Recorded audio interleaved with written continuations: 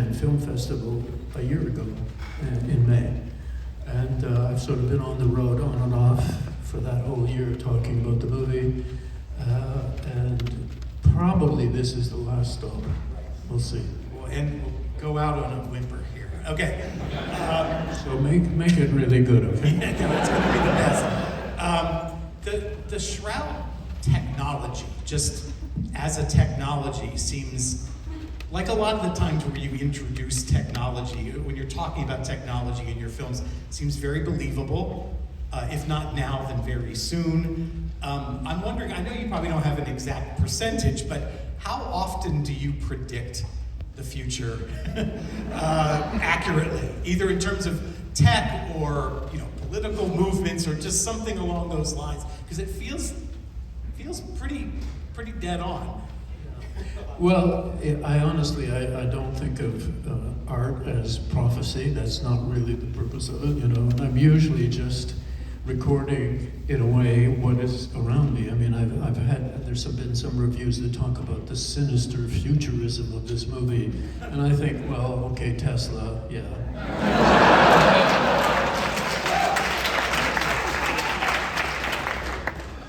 But really, it's just, if that was the character, he would be using his phone the way he did. He's a high-tech entrepreneur. He'd be intrigued by the Tesla, the first sort of viable luxury electric vehicle, very, very important car, actually, in the history of vehicles. And so it seems very realistic to me, not at all. And it was the same long ago when I was doing video drama and stuff. It really felt that I was just sort of being, as an artist, you maybe have a slightly more sensitive antennae than more other people, or at least you pay more attention to the ones that you have. And you're sensing things in the zeitgeist, in the context that you live. But I'm not really intending to, and besides, that would be your job, to count the number of times that I predict. That would be so boring for me. No, but but again, so where was the jumping off point for this time? Because I assume you do a fair amount of research on, if you do decide to have a storyline that involves technology, that it's something that you this is only, if it's not happening now, it could happen very soon. Because I could see people today, maybe even in this room, sign up for this, to have this happen. So. Well, I do like to mention to audiences as part of, I don't get paid for this. I get paid to make the movie, but talking about it, I don't get paid. But I do think that I could sell some franchises. And you could start with just one in your backyard, one, and then gradually expand the empire, So if I'm willing to sell these franchises to finance my next movie, so think about that. No, you could in fact create this right now. In fact, when people ask me where I would like to be buried, I always mention that in Toronto there is a Walk of Fame. It's sort of like Hollywood Boulevard, and various celebrities of whatever kind get a plaque in the sidewalk. And I was thinking that I would like to be buried under that plaque and have the sidewalk be plexiglass so that people walking over could look down, they say, oh yeah, he's coming along. Lenin. But not like Lenin, because Lenin's been embalmed for 100 years and he looks the same. I would be different. A lot has been made. A lot of people have written about the fact that Vincent Cassel resembles you to a certain degree in this film, and that I know that you haven't. It's the hair. It's the hair. The hair is everything. But it begs the question, because I know you told me yesterday that you have never said that this film was autobiographical, but a lot of people have assumed that it is because of the subject matter. Yes. But is any part of it? Sure. It was definitely induced by the death of my wife of 43 years and the feelings that I had about that. Many of those ideas surprised me at the time. And 5 or 6 years later it took to percolate and to come up out of the computer as a screenplay. But as soon as you start to write it, it becomes fiction. The characters start to take on their own life. They start to push you around. They say things you didn't want them to say, but they insist. They do things with each other that you didn't expect them to do. And that's when you know that you're creating something alive. And at that point, it's no longer biography or autobiography. It's a fiction. It's a new thing. One of the things I noticed, even the first time I watched it, was that it's funny. A lot of times, this movie has a few laughs in it, and I'm wondering. I want to say, talk about the importance of humor in a story about grief, and where just in your life, in your films, humor is almost always a part of it in some way. Well, yeah, all of my movies are funny in some way, and this is in fact a rom-com, basically. I really think we have evolved to have a sense of humor in order to survive. It's really a survival strategy of evolution that we have humor, because our brains are very capable of all kinds of difficult, crazy things, and without a sense of humor, I really don't know how you could survive. So that's my take on it. But in fact, I don't force it. It just, once these characters come alive, they just happen to be funny, and they tell jokes and they play with each other, and it's always been a natural thing for me.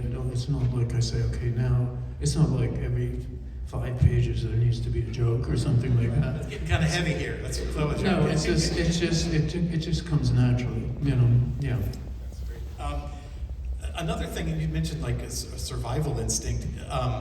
I feel like people who fall into that rabbit hole of conspiracy theories are also sort of deflecting reality to us because their reality is too heavy for them. But I'm wondering, conspiracy theories and just paranoia in general are a big factor in a lot of your films. This one, there's so many theories, we're not even sure which one is if any of them are accurate, if that's actually what's going on here. But again, tell me about the usefulness in your films and in life that conspiracy theories hold. Well, the polemicist, journalist, Christopher Hitchens said, "Death causes religion." And I think that is, in 3 words, he's really summed up the existence of religion as a phenomenon in our planet. It's every religion promises a kind of evasion of from the reality of death. And it's because death is a very difficult thing to accept. If you are like me, you're an atheist, you're an existentialist, you really feel that death is the end of your life. It'll be oblivion, there won't be heaven where you meet everybody that you loved and so on. Very difficult to imagine your non-existence, your oblivion, and to accept it emotionally. It's not easy. So it occurred to me that death causes conspiracy as well, that it is an evasion, it's a way to evade certain very difficult realities. And it gives you, if you're a conspiracist, it gives you a way of being superior to other people. It gives you, it ennobles you in a way. You can see things that other people can't see. You see through the facade, you see what's really going on, and it gives you a sense of empowerment and so on. And it is, in a way, it's a way of evading certain very difficult realities of the human condition. And I've been talking a lot lately. So, as an artist, you really are there to examine, to discuss with yourself, and then later your audience, the human condition, what it is, how it's lived, and so you inevitably end up discussing the big things like sex, death, love, non-existence, things like that. Light things, funny things. You mentioned religion, and it made me think. This film made me think of burial traditions in different cultures, religions, and it made me realize, because I feel like the shroud could become a burial tradition at some point in this universe, and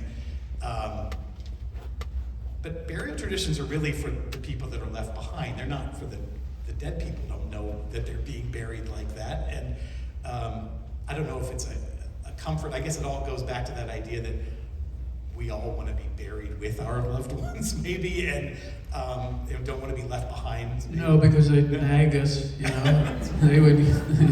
they would continue to nag us and bother us and ask us for things, so we don't want to be buried with them. But I mean, in the beginning of the movie, you know, there's a discussion. You see the body of Becca floating in a kind of chamber, and over her is hovering this kind of firefly soul, and this is the soul illuminating her body. And it's in the Jewish tradition, you don't cremate a body because the soul needs time to accept that it is finished with that body, and that it has to separate from that body that it has lived in for all those many years. Ultimately, the soul, as the body decomposes, accepts that this person no longer exists and can then ascend to heaven. This is the Jewish tradition. I, as an atheist, I don't take that literally, but I did think it was a beautiful metaphor for the emotional necessity to find a way to separate. And it occurred to me, really just in talking to people about the film, that in a way, Karsh is that soul. He is that firefly soul that is hovering over Becca's body and needing it to decompose and needing to see it decompose so that he can accept that she no longer exists as she did before.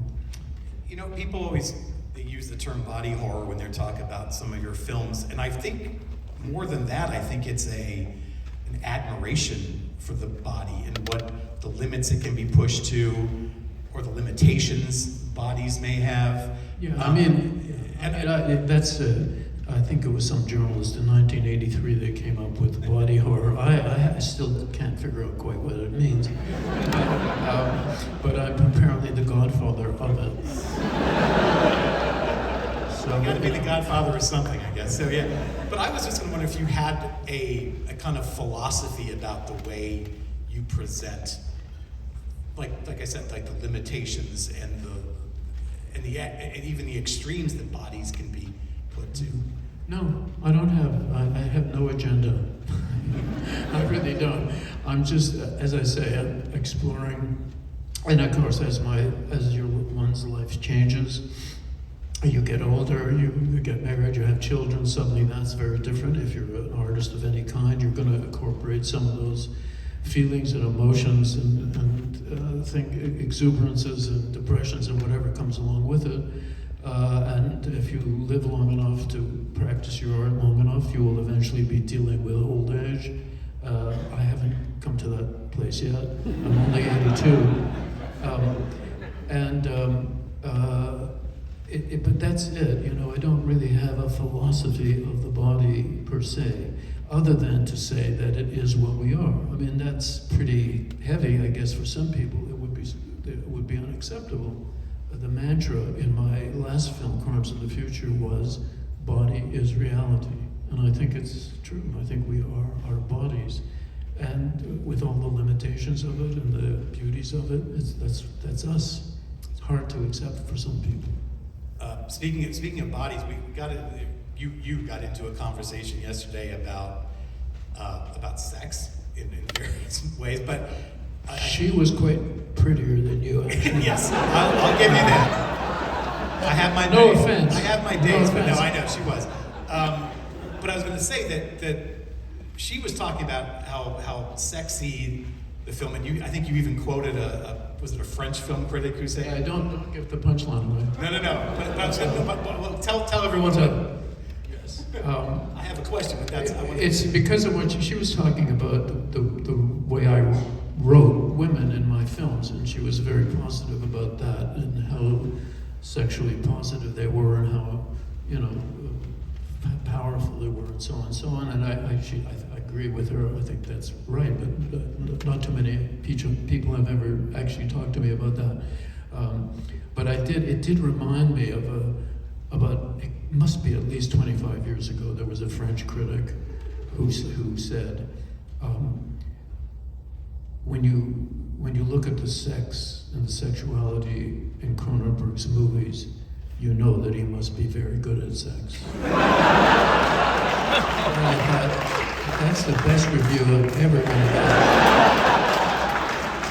So what I was going to ask about that was that one of the things. Don't get too personal. No. One of the things that I noticed that you do in your films frequently that not a lot of other people who direct sex scenes do is that people will have conversations, and they do it here too in this film, and that feels very believable and very realistic, but almost no one ever puts that in their films, and I'm wondering, is that... Yeah, there's a well-known New York film critic whose name Amy Tobin I won't mention. I adore her, but there was a podcast where she was complaining that there was this sex scene between Diane and Vincent, and she said it's just sex going on and on and on, and they're just grunting and groaning, and they're not, it's just endless. And I later said to her, Amy, that is a dialogue scene. I mean, did you miss the dialogue? And she confessed that she hadn't heard the dialogue the first time she saw the movie. I said, it's actually a dialogue scene, and the dialogue's very important. So, most of my sex scenes are really dialogue scenes in disguise. I was gonna say, it's not just pillow talk, it's actual, things are being said. And there were no pillows in that scene. He was doing the Japanese thing with tatami mats and stuff, so no pillows. One of the things something that is said right at the beginning of the film is about how the body, I think the references to teeth rotting, the trauma, that sorrow. Grief is rotting your teeth. Right, and that's not the first time you've discussed the way that different kinds of trauma, whether it's grief or more physical trauma, have an impact on the body as a whole. I guess it makes sense, but I don't know if that's more of a philosophy or if that's a medically proven thing. But I love that you discuss that, because again, I don't think I've ever heard anybody else talk about it in those terms before. Yeah, I think it's just an observation. I mean, I think everybody, at a certain point in your life, you're going to realize and see that your emotional state has huge impact on the body, and it has been known for some time, but now it can be actually through the medical version of a shroud, where you can actually see what's going on in the brain with the brain cells and the neurons. You can actually see the impact of stress, trauma on the body, and it's quite extreme, and it really changes your body, sometimes forever. So but to me, it's just an observation. Before it became a medical fact, it was just, I think, poetically, poets have mentioned that for thousands of years, so I'm only in that line. I'm not the first, I'm not the very first. I want to ask you sort of are known, one of the things you're known for as a director is actually not being a heavy-handed director when it comes to your actors. I'm not allowed to be now. Well, that's true.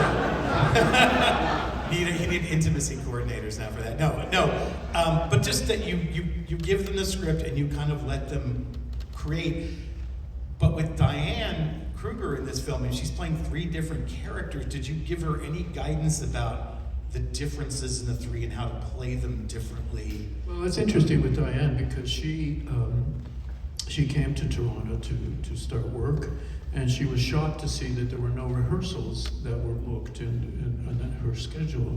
And I said, well, Diane, I don't rehearse. And she was used to doing what we call a table read, which is a sort of theatrical term, where you sit around a table, the actors sit around a table with the director, and they read the script, as though it's a radio play, and they start to discuss the subtleties of the interchanges of dialogue and stuff like that. And I said I did do that once. I tried that with The Fly, and I discovered that as soon as we were actually shooting the movie with the real costumes and the real sets and the real crew, everything that we had done in the rehearsal was irrelevant. Everything changed, the dynamic changed completely.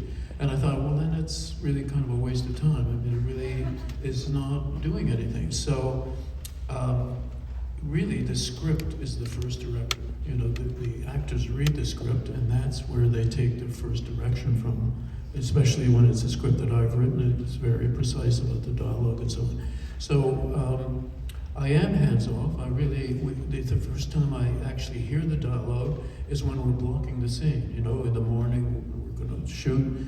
We start to figure out, it's just me, the actors, the cameraman, sound guys. It's, you know, do you stand at the window with your back to the other actor, and then only on this line do you turn? And that's where you're starting to get specific about direction. But I don't want to micromanage the actors. I want them to show me what their instinct tells them these lines should be, the way these lines should be read, for example. So it's, I tell film students that one of the things that they don't usually hear in film school is the part that casting has in directing. Part of directing is being a good casting, and working with a good casting director, because that's more than half the battle. When you cast the right actor in the role, it's almost automatic that it's going to be good. So Diane really did just come up with those variations. Yeah. Oh, wow, Absolutely. she's the heart and soul of this movie. I think she's tremendous. Well, yeah, through three roles, and yeah. I've read that I think some people who saw the movie misunderstood. She is acting the role of Honey. She was in a motion control outfit, and she was doing all the moves as well as just the voice. It wasn't, some people thought she was just doing the voice of Honey, but no, she was acting it all with in a motion capture suit with sensors all over it, and 14 cameras around her in a warehouse, basically, and having to act those lines of dialogue. The last thing I want to ask you is, I'm going to read a quote. I think it's about this film, or in relation to this film, from you, and I just want to ask you to expand on it a little bit. The death of a loved one is impossible and meaningless. And yet I don't think you mean that in a negative way. I think that... No, once again, I think it's a tough but accurate observation. And I think it's, speaking of evolution, which I do often, I think we have evolved to look for meaning everywhere. And when someone you love dies, it occurs to you, and maybe you deny it to yourself, that this is a meaningless thing, unless you believe that God wanted this person and took them up to heaven for some unknown reason. But if you don't believe that, and the equivalence of that, then you say, why, how is this possible? And often people do look at each other and say, we can't believe this person is gone. You're right to say that. It's absurd, it's impossible, it's ridiculous, and it's meaningless. And so one of the other things that conspiracy theories could do in that case, and I've seen this happen, is to come up with a conspiracy theory. That the doctors wanted this person to die, that the clinic has some strange, sinister reason for wanting this person to die, or somebody is hit by a car. Was it really just chance? I mean, of all the people on the street, that this person killed the loved one of yours? And it's a way of giving meaning to something that probably basically does not have meaning. Before I let you go, I want to ask that you have gone on record recently about saying that maybe talking about the theatrical experience and maybe how it's a little overrated in certain degrees. And I'm wondering, if you come to a place like this, with this many people showing up for you, do you perhaps have second thoughts about that? Or? Well, frankly, I can't see anybody because the lights in my eyes. So, as far as I'm concerned, what I'm hearing is basically a laugh track. So no, okay, I thought we could break through on that one. All right, everyone, David Cronenberg, thank you so much for coming by.